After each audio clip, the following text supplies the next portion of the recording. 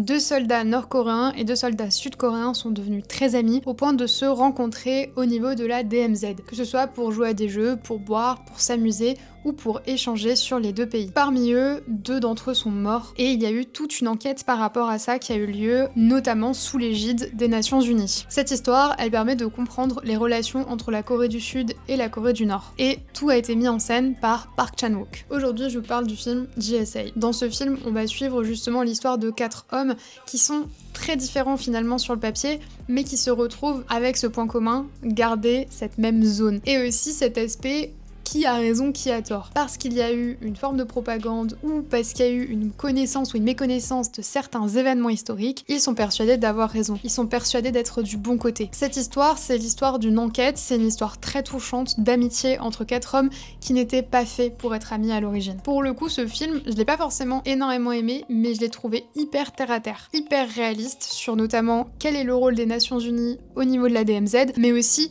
quelles peuvent être les relations entre Nord-Coréens et Sud-Coréens. Parce que Chasse le naturel, il revient au galop, les deux sont constamment confrontés à des discours de haine envers l'autre pays. Donc quand ils se retrouvent l'un face à l'autre, ils sont persuadés que de l'autre côté, ils vivent mal, que ça se passe mal, que tout va mal dans leur pays. Et c'est pour ça que j'ai beaucoup aimé le film et que je vous invite sincèrement à regarder ce film qui pour moi est génialissime. Il est disponible sur MyCanal, mais je sais qu'il fait un peu le tour des plateformes, donc vous le trouverez assez facilement. N'hésitez pas à vous abonner si vous voulez plus de recommandations ciné.